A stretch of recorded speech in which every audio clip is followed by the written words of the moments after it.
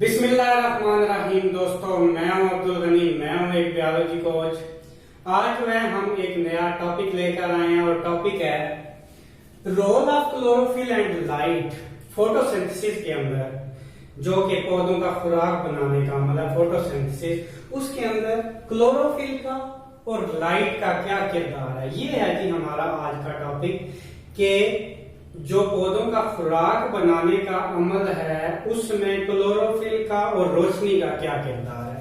देखिए जी, सबसे पहले देखते हैं कि क्लोरोफिल उसमें क्या काम आता है। एक ही काम क्लोरोफिल करता है, जहर मशीन कर रहे, क्लोरोफिल अब्जॉर्ब द सनलाइट। उसने सूरज की रोशनी को अब्जॉर्ब करना है और उसको केमिकल एनर्जी में कन्वर्ट करना है। Chlorophyll absorb sunlight and convert it into chemical energy. ये काम वो करता है। देखें, chlorophyll absorb light energy and convert light energy into chemical energy and this chemical energy is used in photosynthetic process. ये केमिकल एनर्जी जो है पूरे के पूरे फोटोसिंथेसिस के प्रोसेस को चलाएगी। ये जो केमिकल एनर्जी जो कि क्लोरोफिल बना रहा है, तो ये हुआ जी क्लोरोफिल का काम। Chlorophyll absorbs sunlight and convert this sunlight into chemical energy, and this chemical energy drives the whole photosynthetic process. Chlorophyll सूरज की रोशनी को अब्जॉर्ब कर लेता है और उसको केमिकल एनर्जी में तब्दील कर देता है और केमिकल एनर्जी पूरे के पूरे फोटोसिंथेटिक प्रोसेस को चलाती है। ये है जी क्लोरोफिल का काम। आगे एक और हैरानकुन बात है, देखिएगा, only 1% of the light energy is absorbed by leaf. 1% whole energy का नहीं, पत्ते के ऊपर जितनी एनर्जी पड़ी उसमें से सिर्फ वो 1% एनर्जी अब्जॉर्ब करता है, बाकी सारी या तो ट्रांसमिट हो जाती है या रिफ्लेक्ट हो जाती है।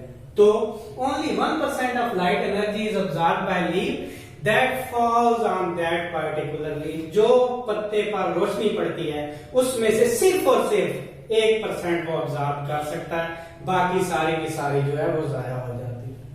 क्लोरोफिल जो है अब वो क्लस्टर्स की शक्ल में पाए जाते हैं and the cluster of photosynthetic pigment is known as photosystem.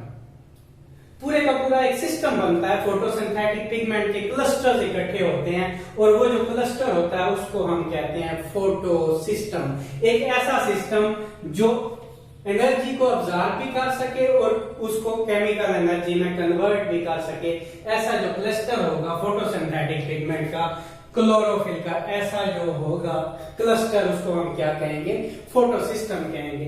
अब जो क्लोरोफिल है उसकी 3 टाइप्स हो सकती हैं। Chlorophyll is of 3 type, chlorophyll A, chlorophyll B and carotenoids. ये 3 टाइप है जी क्लोरोफिल की, फोटोसिंथेटिक पिगमेंट की, जिसका हम पढ़ रहे हैं कि उसका रोल क्या है।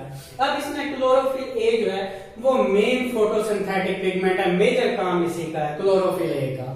और बाकी दो जो है chlorophyll B and carotenoid, they are known as accessory pigments. वो क्लोरोफिल ए की मदद करते हैं फोटोसिंथेटिक के प्रोसेस को चलाने के लिए। तो ये सारा था क्लोरोफिल के बारे में कि क्लोरोफिल क्या करता है। वो लाइट एनर्जी को ऑब्जर्व करता है, उसको केमिकल एनर्जी में कन्वर्ट करता है ताकि वो जो है फोटोसिंथेटिक का प्रोसेस चल सके। और उसके बाद फोटोसिस्टम, एक क्लोरोफिल जो होता है फोटोसिंथेटिक पिगमेंट, उसके क्लस्टर को हम कहते हैं photosystem, and there are 3 main types of chlorophyll, that are chlorophyll A, chlorophyll B and carotenoids. Chlorophyll A is the main photosynthetic pigment and chlorophyll B and carotenoid are the accessory pigment and help chlorophyll A in photosynthesis। ये था chlorophyll के बारे में। दूसरा हम देखते हैं कि लाइट जो है, लाइट क्या किरदार अदा करती है।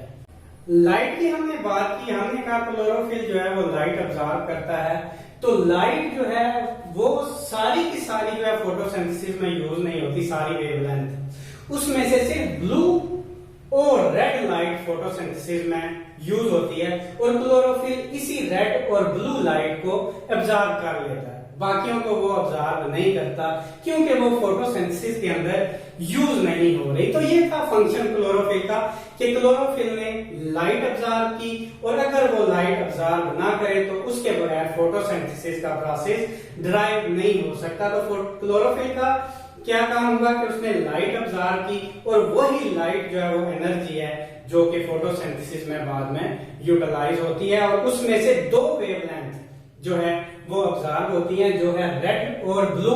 बाकी जो है वो क्लोरोफिल बाकी जो लाइट की वेवलेंथ है उनको ऑब्जर्व नहीं करता, क्योंकि वो जो है वो फोटोसिंथेसिस के प्रोसेस में यूटिलाइज ही नहीं होती। तो ये हमारा आज का जो है टॉपिक था। हमने देखा कि क्लोरोफिल का क्या रोल है, और जो लाइट ऑब्जर्व होती है वो कहाँ पे यूटिलाइज होती है, और कौन कौन सी लाइट की वेवलेंथ जो है वो यूज होती है। ये था जी हमारा आज का टॉपिक। बाकी देखेंगे नेक्स्ट लेक्चर में। आज के लिए इतना